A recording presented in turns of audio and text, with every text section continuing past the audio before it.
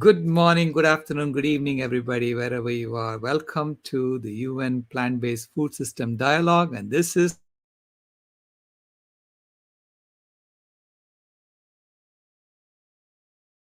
the wrap up of our conversation UN can help. And we are joined by Judy Mancuso from Social Compassion and Legislation. Welcome. Hi, thank you. Jane Velez-Mitchell, the incomparable Jane. Thank you, Jane, for being Very here. glad to be here. And Paige Parsons Roache. Thank you so much for being here and thank you for joining us in this discussion.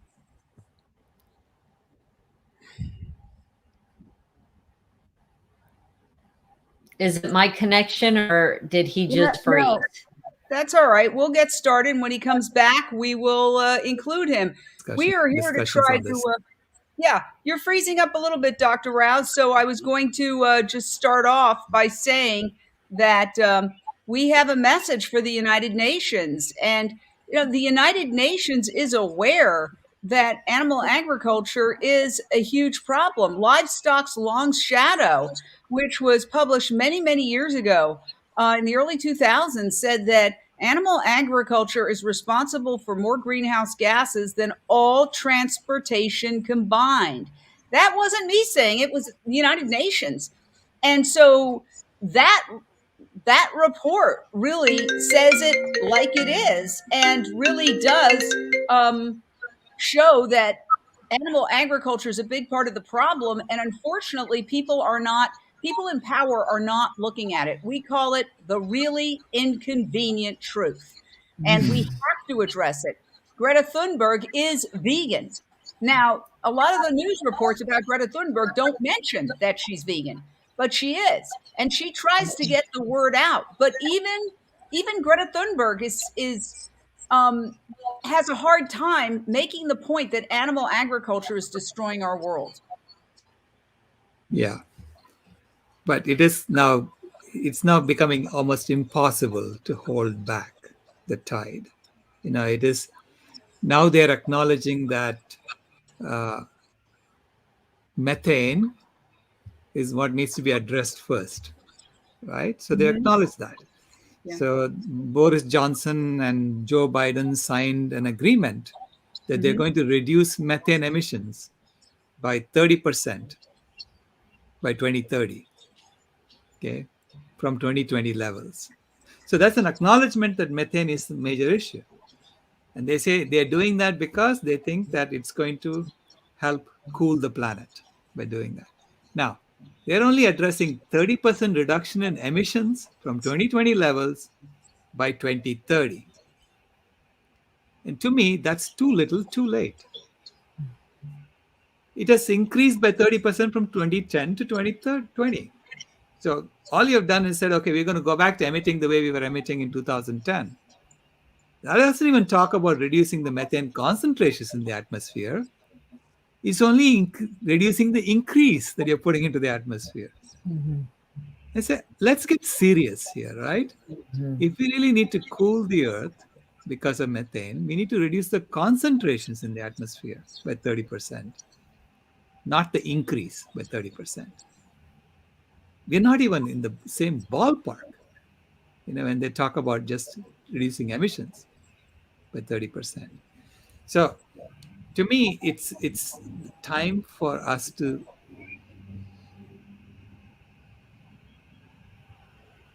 Okay, you're freezing up again. So let me just say this.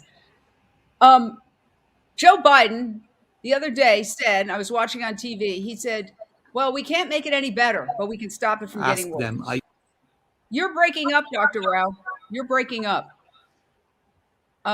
So Joe Biden said, we can't make it any better, but we can stop it from getting worse. And that's wrong. We can make it better. We can reverse climate change. We could actually reverse climate change if we all transitioned to a plant-based diet, a global cultural shift to a plant-based diet.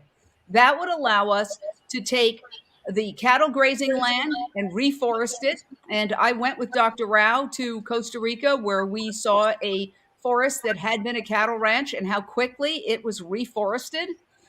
It would also allow us to take the farmland that we are using to create grain and other crops to feed 80 billion land animals every year: cows, pigs, chickens, turkeys, goats, and lambs. People see farmland, they think we're feeding humans, but we're feeding animals, the most inefficient food source, meat and dairy. So the fact that we are 75% or more of soybeans are fed to farmed animals. A huge percentage of the corn is fed to farmed animals. Meanwhile, there are children starving in the third world and dying of malnutrition as we speak. This is a broken food system, and I believe that the United Nations has acknowledged that it is a broken food system. And in fact, The Guardian just did an article where it quotes the United Nations as saying nearly all global farm subsidies harm people and the planet, and said almost 90% of the 340 billion of support a year for farming, which is industrialized animal agriculture at this point, harms people's health, harms the climate, and drives inequality.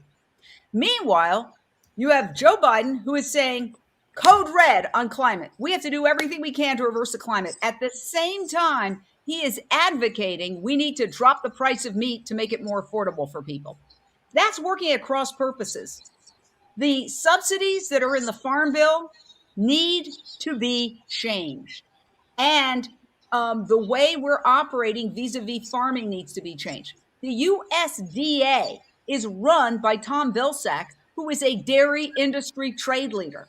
So whether you want to say the fox is guarding the hen house or whatever analogy you want to use, the truth is that we're in a state of moral bankruptcy because the meat and dairy industry, and you can add the pharmaceutical industry in there as well, because the pharmaceutical industry would collapse if people got healthy eating fruits, vegetables, nuts, and grains.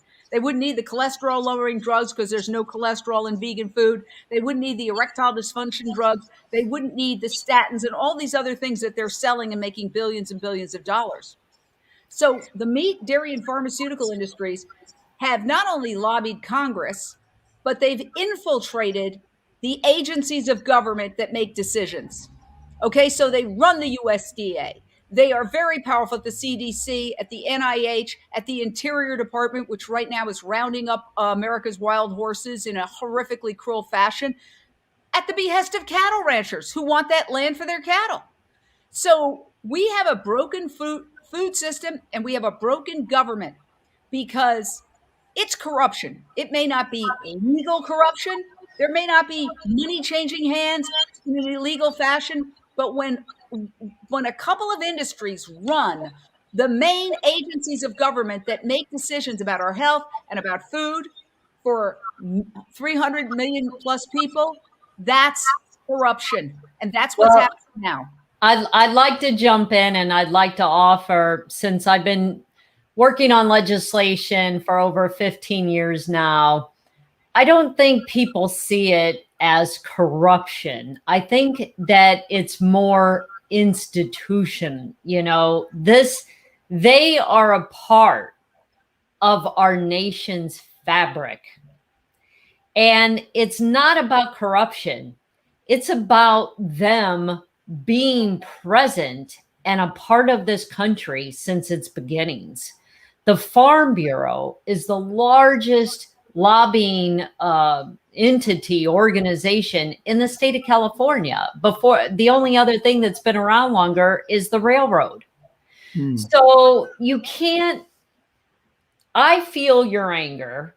I feel the distress. I've been vegan for almost 30 years. So I've been living this for a very long time, right along with you guys. But I also see it from a political standpoint.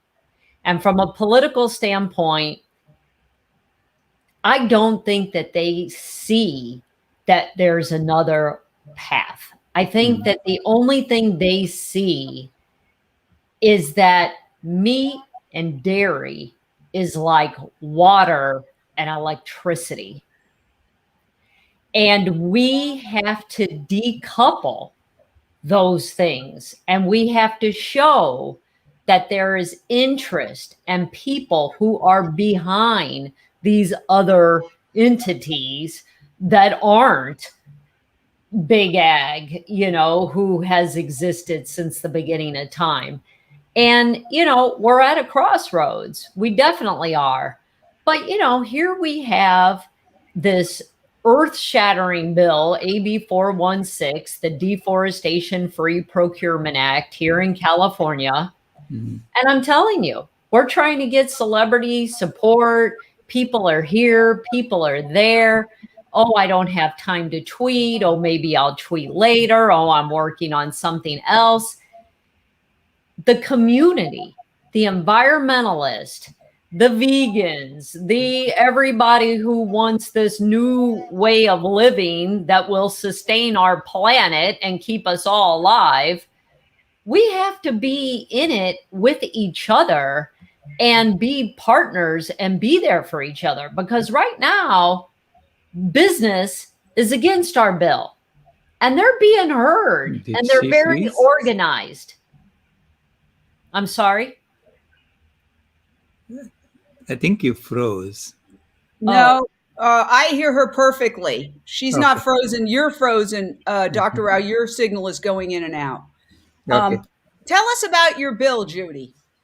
So what the bill says is that the state of California, who is the 5th largest economy in the world, California is, the state government enters into contracts for paper, rubber, palm oil, beef. And what we're saying in this bill is that with these contracts, that we want to know the source of these products, that California is not using its purchasing power and its money to be buying commodities that come from deforestation. And that's why it's called the Deforestation Free Procurement Act, because we want to know where we get our goods is not causing the deforestation. This covers the tropical rainforest. So now you think, well, that's just the state. Well, the state buys billions of goods, and this is year after year. And then if other states follow or other countries jump in and follow, then you really start to see the impact, because this is all about supply and demand. And right now, there is a huge demand for what's in the rainforest. We want it all. And when you see these videos of like Cargill outside the Amazon rainforest, and they're just truck after truck bringing, every kind of grain or wood or this or that, there's so much. And we're buying. Cargill is one of the largest meat companies in the world. Well, they're one of the biggest destructors of the rainforest, and it's very well documented. And they have a huge port that they own that helps get all these raw materials to the United States. And we are one of the biggest consumers. And even as a vegan who goes to Whole Foods or one of these places to get my vegan food that's organic, there's not even the transparency there for me to know for sure that the lentils I'm buying or whatever it is I'm buying doesn't come from the rainforest. I don't even know that.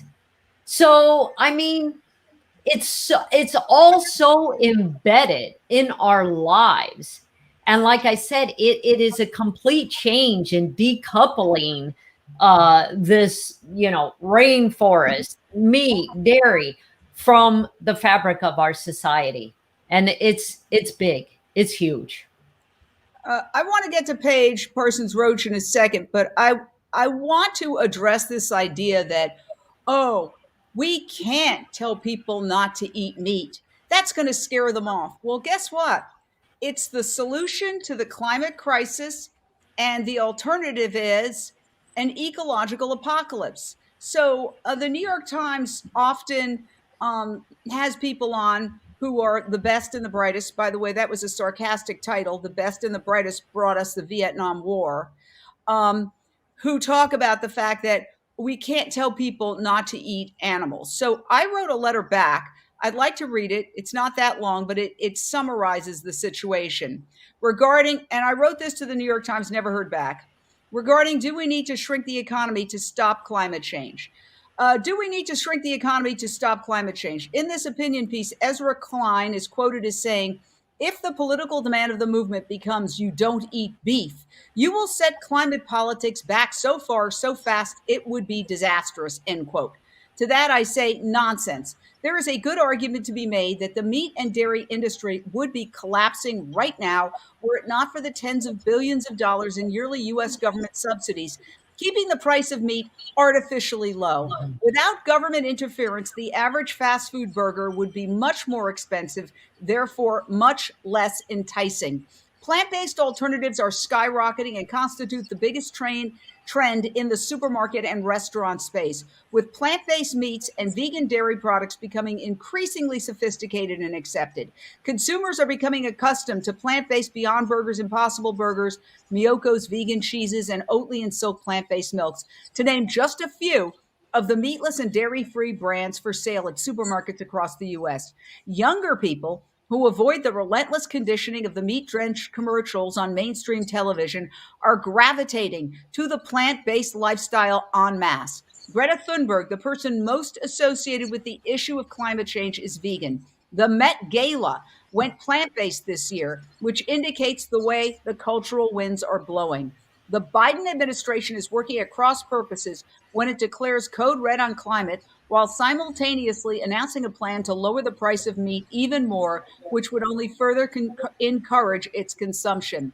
In its report, Livestock's Long Shadow, the UN said long ago that animal agriculture has a greater impact on climate change than all transportation combined. Climate experts have repeatedly said that the one action each of us has the power to take 3 times a day to combat climate change is to eat a low carbon footprint diet filled with fruits, vegetables, nuts, grains, and legumes. If the global culture were to make the switch to plant-based, then the massive amounts of forests destroyed for cattle grazing could be reforested. We could reforest huge amounts of cropland used to feed more than 70 billion cows, pigs, chickens, turkeys, and lambs raised and slaughtered yearly. Trees absorb carbon. Those renewed forests would begin sequestering carbon, which could actually begin to lower the Earth's temperature. The other day, President Biden said we can't make climate better, but we can stop it from getting worse. But we can actually reverse climate change by replacing industrialized animal agriculture with a climate-friendly food system. The new plant-based treaty, modeled on the popular fossil fuel treaty, aims to do just that. Its motto is, eat plants, plant trees. It hopes to get millions of individuals, corporations, nonprofits, and governmental institutions to endorse its call to transition away from animal agriculture to a plant-based economy. We live in a world where artificial intelligence, virtual reality, and robotics are no longer the stuff of science fiction.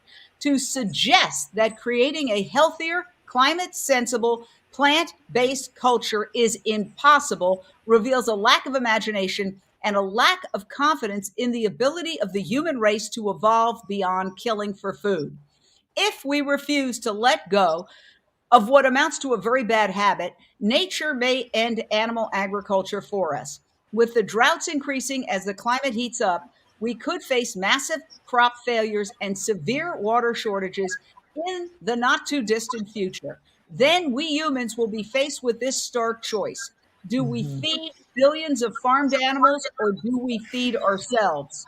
Do we give water to cows, pigs, and chickens, or do we drink the water? That's it. That sums it up. And I'm afraid with society the way that it is, it will turn into a bigger disaster than where it is, because we are not imaginative enough or have the will to make these big sweeping changes. And when you think about having to change to feed the population with vegan, with plant-based food versus animal food, it's daunting.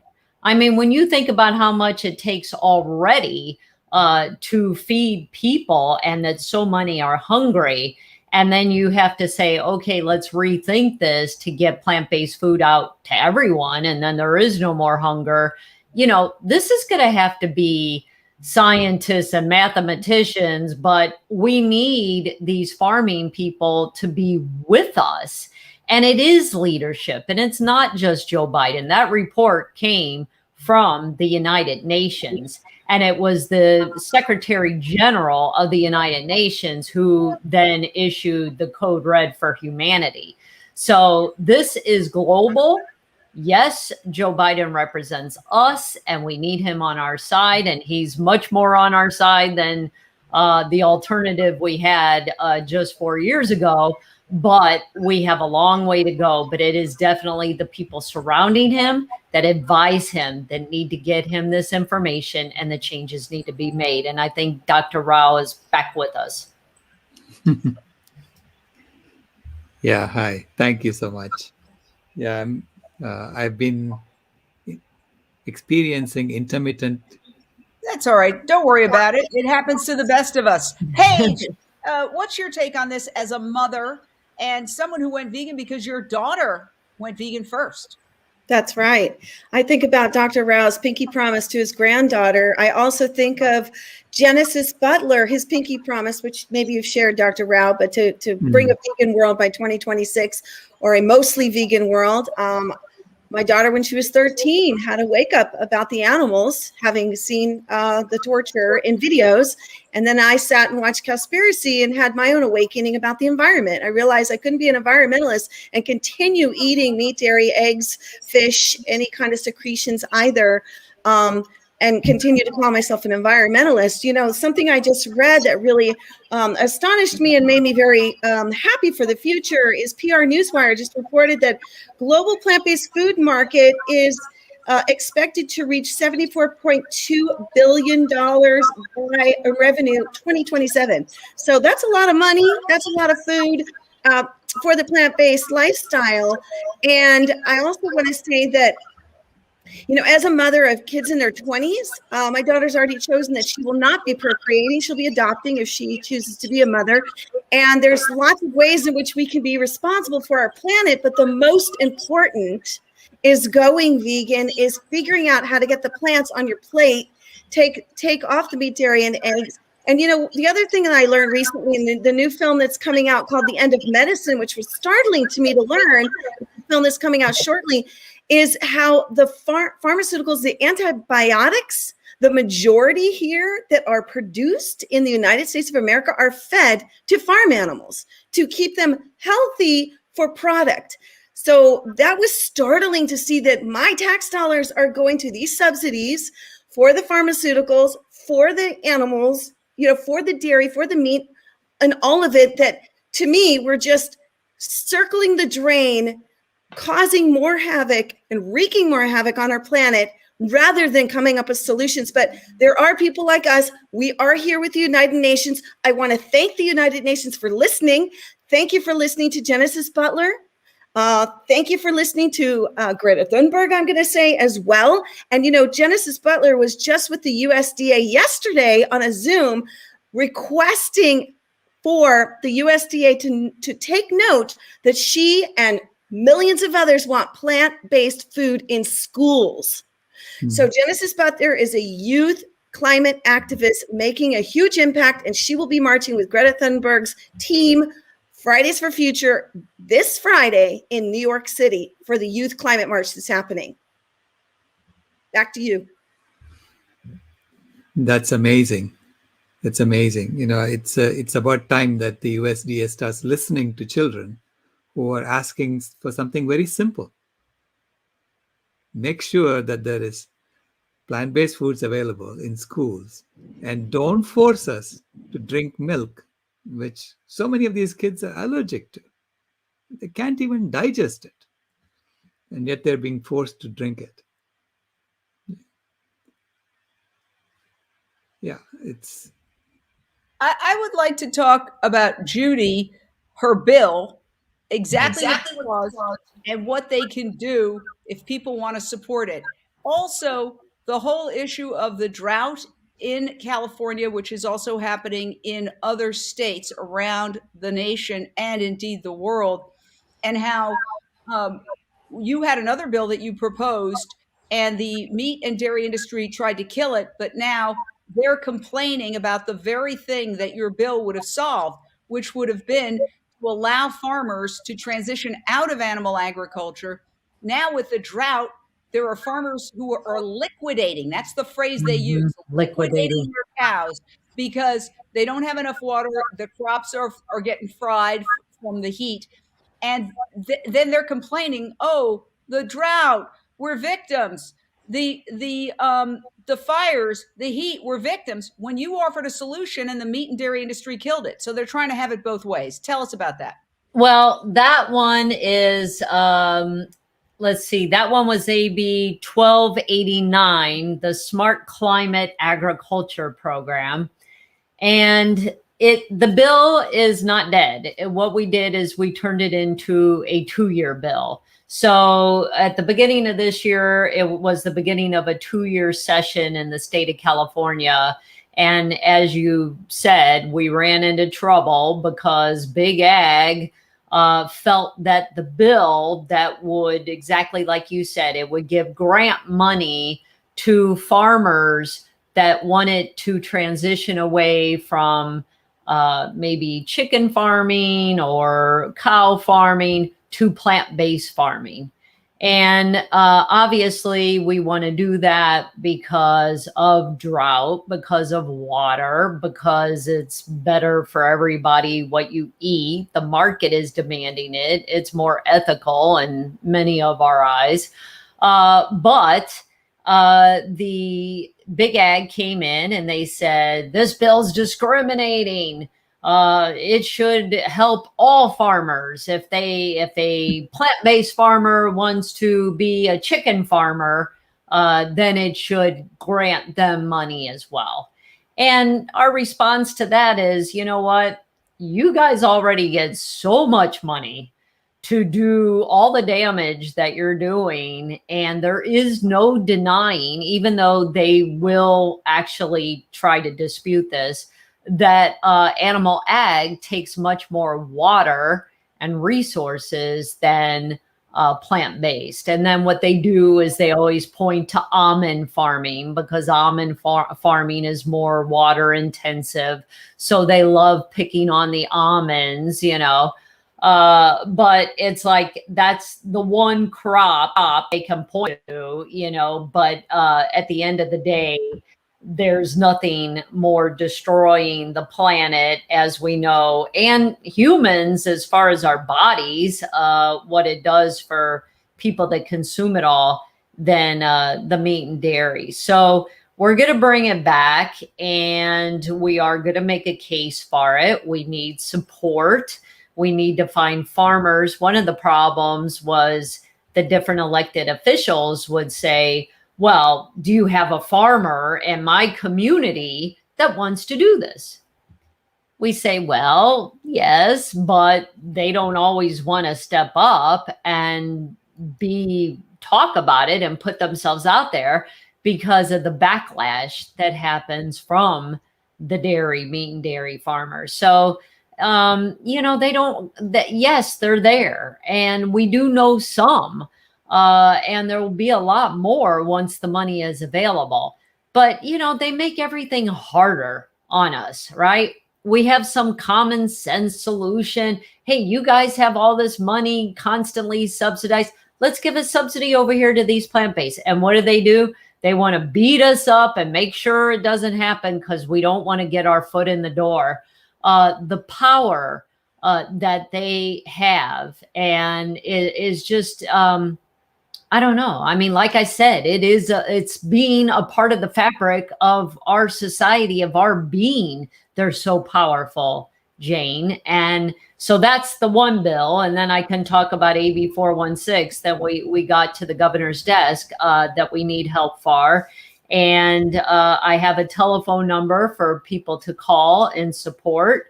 And we need all the calls, and that's for AB 416, the Deforestation Free Procurement Act. The telephone number for the governor's switchboard is 916-445-2841. And all we need people to say is, please sign AB 416. And what that'll do is prevent the state of California from entering into contracts for goods that are causing deforestation in the Amazon forest. It will allow the visibility and transparency so that they are only buying from sources where they are sustainable and do not come from tropical rainforest. I mean, you probably saw that one report that came out that said the Amazon is now emitting more carbon that it was sequestering because of deforestation. So, you know, there's been talk of the tipping point, but we have blown right past the tipping point. You're on mute, Jane. I was just going to unmute. Thank you. It gets back to the fact that we are creating this problem. Two things.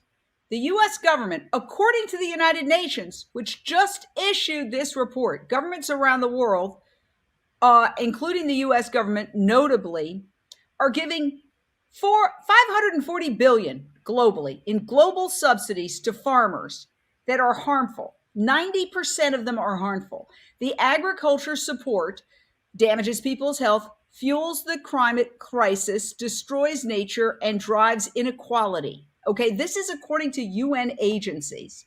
The biggest sources of greenhouse gas emissions, such as beef and milk, received the biggest subsidies. Okay, they are often produced by large industrialized groups that are best placed to gain access to the subsidies. So the Farm Bill, which is coming up for renewal in 2023, is going to give away billions and billions and billions and billions of dollars again. And they're going to, unless people wake up, unless our politicians wake up, unless the UN gets honest about this issue, okay, and puts pressure on members of Congress and the Biden administration to stop these insane subsidies that don't help the actual farmers. It helps the 1% living on Park Avenue or in Beverly Hills who've never gotten their hands dirty or stepped foot in a farm at all. Farmers are treated like indentured servants.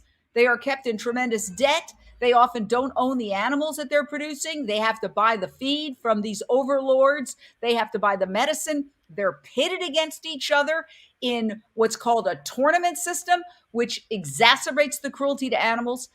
It's morally reprehensible on every single level. And yet the U.S. government is actually keeping this industry alive. Now, the actual private sector is really a lot more open to plant-based. You have not just Beyond Meat and Impossible Foods, Oatly going public, but you have Burger King with the Impossible Whopper. Even McDonald's has a McPlant that they are unveiling in England, and we've been absolutely begging them to bring it to the United States. Panda Express just opened a vegan chicken that's sold out very quickly. I mean, the list goes on and on. It is the fastest growing sector of the supermarket space.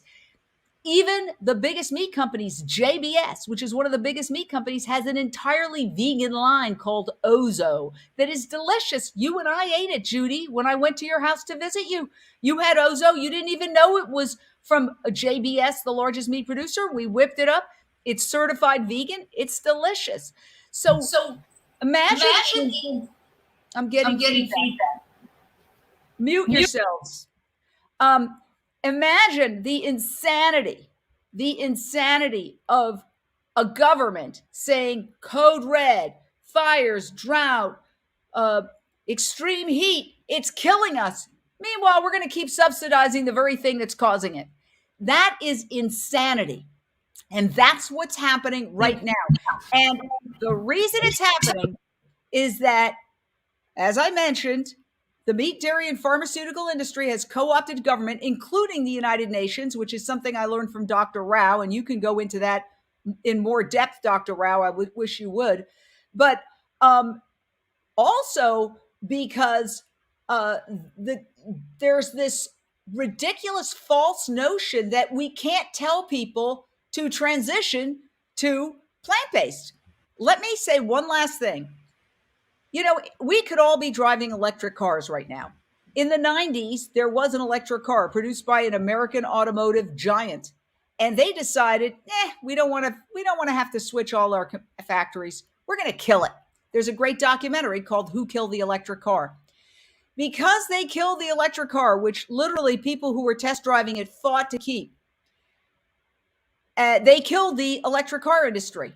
And we had, obviously, climate change. We had wars where hundreds of thousands, if not over 1 million people died, because let's face it, the wars in the Middle East are largely about oil, whether people want to admit it or not. And the car executive who made that decision later said it was the worst decision of his life. Damn right it was the worst decision of his life.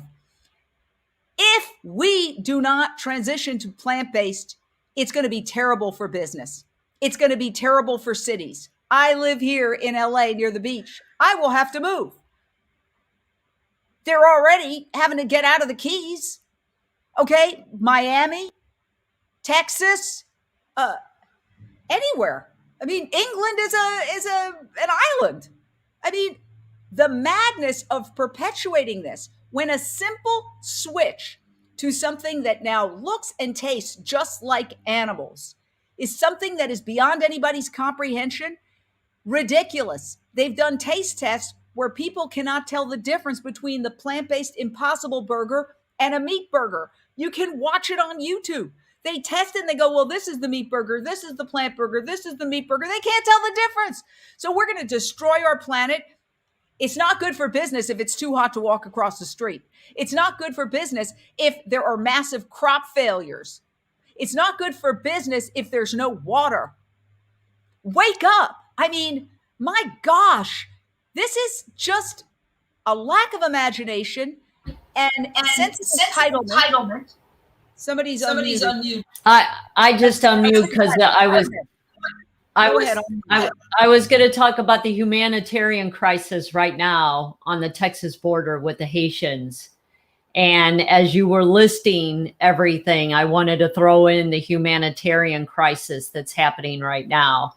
Those Haitians at the border there's border patrol with whips, I guess was the last report, trying to keep them in line, but there's thousands. That's because of the climate crisis. What happened to them at home and with the destruction of their home. And now they're looking to find a new home. And who can blame them for that? But the United States is sitting there looking at these thousands and thousands at our border from Central America and now Haiti, and we're like, well, what are we going to do? We can't support bringing in all these people. So I just want to make sure to add humanitarian crisis to your list because it's happening right now. And like I said, you know, when I watched The Inconvenient Truth all those years ago, 15 years plus ago, and Al Gore, you know, left out, hey, the meat and dairy industry. And he talked about how we weren't to the tipping point. Well, you know what? We weren't to the tipping point then, but we are at the tipping point or beyond the tipping point. And we have to stop kidding ourselves and the drastic measures. We don't have time to just talk about changing cars out to 2030 or 2045. We're going to do this or we're going to do that. No, we have to draw the line in the sand now. And we have to take drastic changes or there is no later for us because this humanitarian crisis is going to be so large and it isn't going to be a choice about what to eat. It's going to be what is there to eat. Because there won't be any way to even grow the plant-based stuff because we have fried the earth by then. I'm going on mute. Well, I just want to say that, I mean, look, the bottom line is as parents of the planet, okay? Because those of us that are aging out, aging, and we're leaving the planet. How are we leaving this planet? And we need to stop being selfish users, extractors of the planet, and start taking care of the planet now. We don't have time to think about it. Well, but my cheese and I'm going to have a little bacon on Thursdays. No big deal. It's regenerative. It's from a small farm. La, la, la, which we've all heard various versions of. It's very frustrating because, when you have children or when you care and you're thinking beyond yourself, you realize you have to make these selfless shifts for others. We can no longer continue generations before that had a selfish mindset, perhaps, about all me. I'm going to get there. I'm going to retire. I'm going to, kick back in my comfort. It's about being uncomfortable now. It's about changing systems now. We don't have time to wait. People have said, and thanks for muting if you're not speaking, people have said, well, for our grandchildren, for our children. No, for us right now. I am in the process of doing climate change mitigation on my condo because a friend of mine in Brooklyn sent me a video of water shooting up through her toilet and shooting up through her shower. And they've never experienced floods. And we saw the floods happening in the New York City subway system. There is no escape from this, okay? And the average American, 50% of the average Americans have done at least $5,000 climate change mitigation on their homes. So I'm just par for the course. Why? Because we see it. It's not a question of maybe our grandchildren will suffer far. No, you're going to suffer next week. Okay? And so the idiocy, I'm sorry, but it's just not smart. Now, Bill Gates went on national network television and said, we're going to have to switch Western nations to synthetic meat. It's not how I would have put it, but it was a step in the right direction. He's at least talking about the fact that animal agriculture is unsustainable and a switch needs to be made. He was shot down. He was almost ridiculed. He was told, well, there's a lot of criticism of what you're saying. And he sort of backpedaled. And then he said, well, it's a lot more destructive to the environment than you know. Now, he's no dummy. Say what you want about Bill Gates. He's not a stupid person, okay? He's waking up. But the news media, and I was in mainstream news media for 38 years, okay, corporate news media, so I know what I speak of. They will not discuss this. Why? Look at the TV commercials in between the segments. Meat, dairy, and pharmaceuticals with an occasional insurance commercial thrown in for good measure. Everybody knows who's paying the bills, okay? Everybody knows it. You don't need to have somebody knock on your door and say, don't talk about animal agriculture. They can't even use the word slaughterhouse. When COVID-19 was ravaging the slaughterhouses in the United States and were hotbeds of COVID, I looked. I watched the network news. I wrote to some of the anchors who I don't really hang out with, but who I've known from the past. And I said, how come you can't use the word slaughterhouse? You call them processing facilities. We all know why they can't use the word slaughterhouse, because it reminds people of slaughter. It reminds people of what's happening in these slaughterhouses. So they have to call it meat packing or meat processing or just processing facilities or food processing facilities. They don't want people to think about what's happening. Not only that, I also have an advertising background, and I know how they are sexualizing meat to the viewer. They shoot commercials, and a lot of these people are, aspiring or current film directors. They know what they're doing. They know how to subliminally equate a product with things that it has nothing to do with, like patriotism, upward mobility, keeping up with the Joneses, family values. For men, it's masculinity. For women, it's femininity. This is all nonsense. It's marketing. That's it. And so meat, it does a body good. The incredible edible egg. These are slogans that came up through a checkoff program, which is the government and industry working together to promote these products. So the private industry is actually churning out plant-based products like crazy. There's even a vegan ETF called VEGN, an exchange-traded fund that has done very well. But it's government and it's news media that won't discuss this. So you have a couple of industries that are running the US government, they're running municipal governments, state governments, they're running the news media. And Dr. Rao, tell us how they're running agencies that are global. Yeah, they pretty much write the reports from these agencies because they have a partnership with the UN Food and Agriculture Organization. So the International Meat Secretariat, the International Dairy Federation, the International Egg Producers Association, they're all partnering together in this livestock assessment organization. Basically, they are figuring out how to assess the impact of livestock on the environment. That's their role. And so you are asking the industry, what is your impact on the environment? You expect to get the truth out of this? This is ridiculous, right? But that's the FAO report. It was written by this conglomerate. And so this is why I say that if we quote the FAO report, we're just quoting industry-sponsored nonsense. I just want to say I was at the Smithsonian Institute Museum about in 2019, and I walked around and they were talking about how we're in a 6th mass extinction. There was a small display of something that had to do with agriculture, the change over the last 200 years, very small. I was walking around, does anybody get this? Really?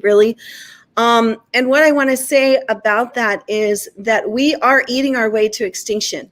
The new film that has come out and is coming out mass around the world, we definitely are. And if we don't wake up, I mean, it's our house is on fire. Our planet is on fire. We are in various ways, through the drought, through the floods, through the tornadoes, through the destruction that's happening around the world, the earthquakes. All of these, I don't know about earthquakes, but I just know Mother Nature's crying out for help. And we just keep doing the same things. And we keep wanting to get back to our comfort levels. Those of us that can make the change, we need to make these changes for those that are not able to. And that's on us. And I want to say one more thing about Genesis Butler, because there is a call to action, which is tomorrow, a national call-in day. We'll put the number in case you want to write it down. It's 833-394-7200. Leave a message telling Congress why you think plant-based school food is important. So everyone can make that phone call to the United States, for anyone in the United States here, because I know we're global, making this, impact here with our channel here, Jane Unchained.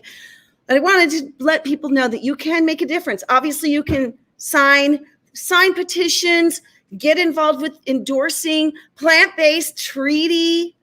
You can take action. You can make phone calls. So I want to leave people in action, and that people can make the impact right now by changing out what's on their plates. And I'd also like to say, well said, Paige. Thank you for muting. I would also like to say that environmentalists, quote unquote, need to address animal agriculture. I have gone to climate strike rallies where I've been told to shut up, okay? You be quiet. And that's a direct quote from somebody who was speaking when I said, and animal agriculture, because it struck me that a lot of these environmental rallies and marches only want to talk about fossil fuels. And, a lot of people are hard pressed to even define fossil fuels.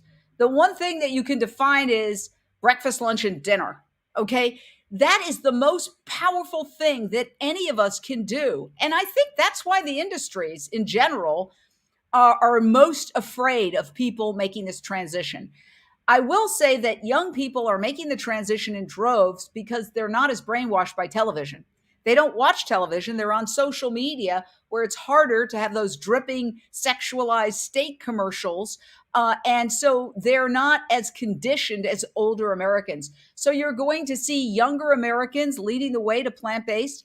You're also going to see people of color leading the way to plant-based. And I'm Puerto Rican and Irish, so I'm a woman of color. And I say proudly that there is a huge movement within the people of color movement to transition to plant-based. There's a film right now called They Are Trying to Kill Us, with many hip hoppers who have gone vegan, talking about how food deserts are put in primarily African-American communities, that essentially by subsidizing only the meat, dairy, and commodity crops that go into meat and dairy, the U.S. government is subjecting especially those who are economically challenged to eating a fast food diet, and it's killing them. And so there's a great film. You also have new organizations like Vegans for Black Lives Matter, run by a great activist we know, Gwenna Hunter, that is going out into communities of color and saying, hey, they're trying to kill you. Okay. And it was Dr. Rao, who I did a documentary on that has won several awards, called Countdown to Year Zero. It's on Amazon Prime if you want to watch it. And Dr. Rao was the one who really summarized it, where he said, our entire economy is based on death, disease, and destruction. Death for the animals, disease for the humans, and destruction for the planet. It's not working anymore. Greta Thunberg just issued a tweet just the other day as we veer toward COP26 in Glasgow. And she said, stop with this fairy tale of we can have endless growth. We have a finite world. We can't have endless growth. But indeed, we could have a lot of almost seemingly endless growth if we eliminated animal agriculture, because it is so resource intensive that it uses up so much of everything else that we could use.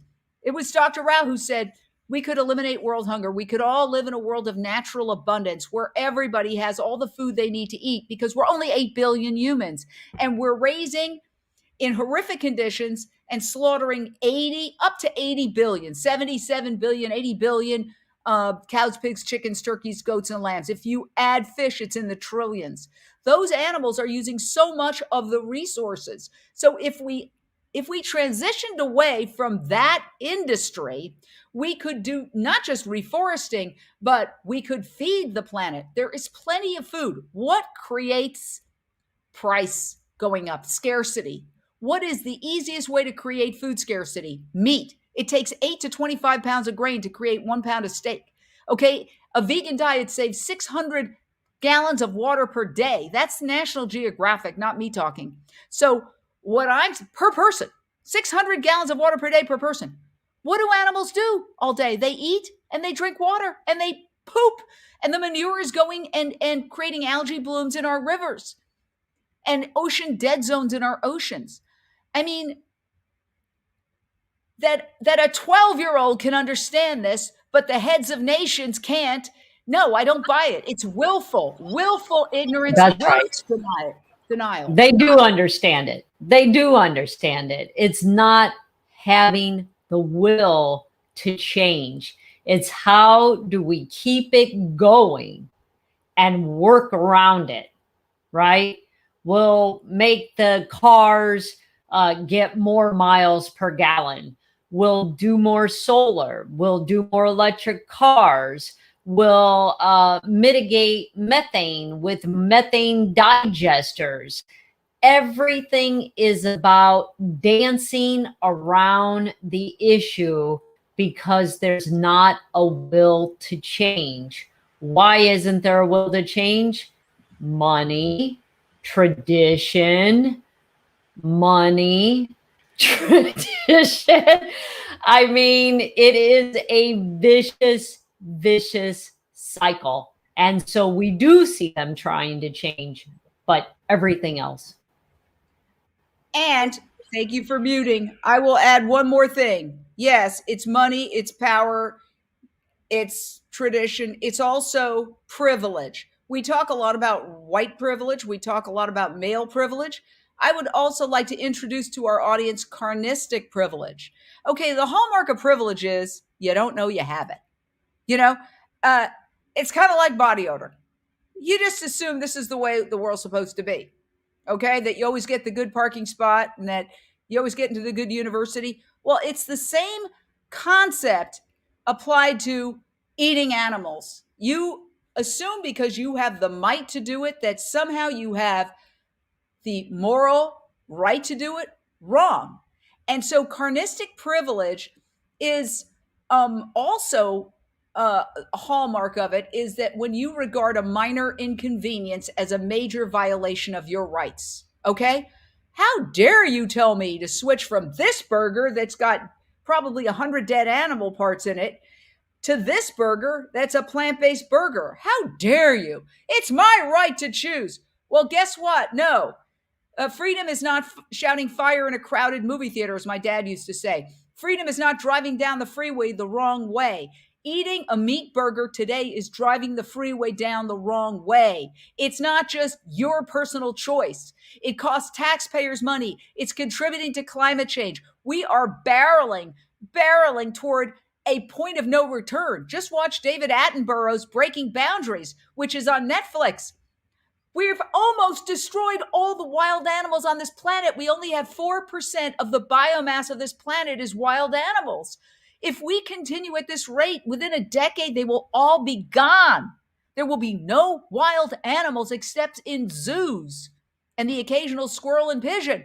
But I mean, giraffes and pandas and all these animals are going to go extinct. Jaguars, because we are destroying their habitats. Why are we doing it? To create either grazing land for cattle or to grow crops to feed farmed animals. We are in a moral crisis. You can read about the decline and fall of the Roman Empire, okay? We're right at that precipice, okay? And the decline and fall of the Roman Empire was precipitated by a lot of things, but the moral bankruptcy was at the core of it. And that's where we're at today. It's morally wrong. It's unnecessary. It's a very bad habit. And we've got to end it before it kills us.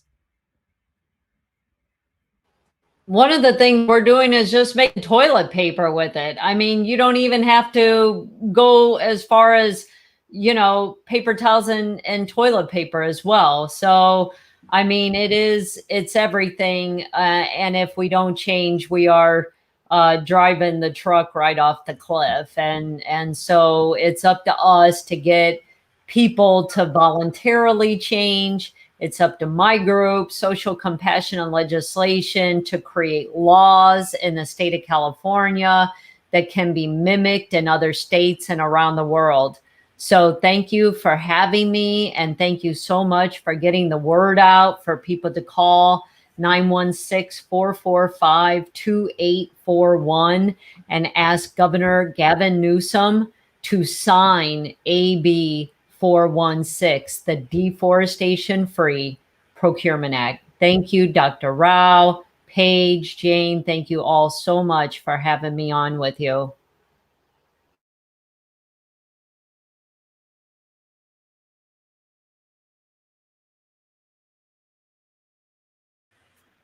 Well, I think Dr. Rao may be frozen again, but I'd just like to say that it's an honor. I know people are capable of doing the right thing. We are at the moment in time where we have the gift of desperation. Okay? When you're dealing with an addiction, which meat and dairy is addictive, there is a morphine-like quality, for example, in cheese to get the baby calves to drink the milk, and it's concentrated when it's in cheese. And so it's addictive. Meat and dairy is addictive. The fast food companies have figured out you pack something with sugar, salt, and fat, people are going to come back over and over again because biologically, we are programmed to crave sugar, salt, and fat to get us through times of crisis. But when you hit bottom on a substance, and I speak as somebody who's 26 years sober, it can be a high bottom where you have the house, the car, and the job and the relationship, or it can be a low bottom where you're in the gutter, or you may have killed somebody, or you may have ended up in prison. we're at a point now where if we kick meat and dairy, we're not high bottom, but we're not life in prison, okay, or dead. But if we keep this addiction going of meat and dairy, we will kill not only ourselves, but everybody else, all the animals, all the wild animals, and ourselves. If the planet becomes too hot to support life, we're gone too. Okay? So think about it. This is not a question of what your profit is going to be in the next quarter. And you can make money. We're seeing that the plant-based sector is showing up. And for the politicians who think, I'm afraid of advocating this, as even one of my heroes, Cory Booker, who's vegan, was afraid to come out and say it because afraid. We need to stop being afraid of being right. We need to stop apologizing for being right. We are right. Meat and dairy has to go. There are a million alternatives that mimic it, from oat milk to a vegan ice cream. I try them all. I do eat fruits, vegetables, nuts, grains, and legumes primarily, but I try those. There is any comfort food you want. It's in plant-based form. Make the switch, because if you don't, you won't be eating anything. One final thing, the youth will follow what is right. So it's up to the adults to be adults, pay attention to what's happening, and make the change. It's Paige, Parsons, Roache. Back to you, Dr. Rao. I think you're on mute. Yeah, we are going to end with the closing ceremony with Lisa Levinson. Lisa is here. Thank you, Lisa, for being here. And please close us out. We have had an amazing day today. And, yes. And a passionate end to it. So thank you so much. Wow, what an ending note. I was present for these passionate, really and key important bits of information that we're getting out there to the world. So I want to end us on some gratitude, because although we've got some major issues to deal with coming up and in the present moment, we also can express our gratitude for all of this information that we got today. From the very beginning of the day, the whole program was guided to show us give us the way forward. How can we create a vegan world? And so that's what we've brought to you today. And so I'd like you to take a moment and just put your hands on your heart and take a nice deep breath, breathing into your heart and breathing out. And as you take one more deep breath, think of something that you're grateful for about what you learned for today. And then as you exhale, know that it's getting sent out into the world, all of that gratitude. And then we'll take another deep breath. And I'd like you to fill your heart with love, because all of this discussion is truly about love, because we love the planet, we love the animals, and we love one another. So bring in that love into your heart as you take a nice deep breath. And as you exhale, send that love out from your heart all the way around the world. And then we'll take in another deep breath. And this one is one that we have some intention around. We're going to take that sense of hope and we're going to breathe in that hope. And as we exhale, we're going to send that out there, all of that hope, because we know that this is possible. We've just been given the way forward. So we know that we can do this. We can create a vegan world. We're doing it in this very moment. We're doing it with each breath. So thank you to each and every one of you for breathing together, breathing with the animals, and really being the lungs of the earth and protecting the lungs of the earth like the Amazon. So we want to thank all of you for joining in today.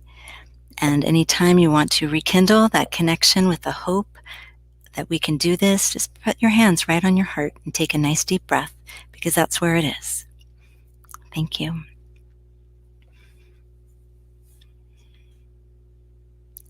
Namaste, vegan.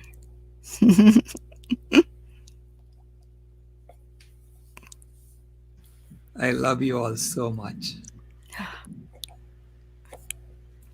Right back at you.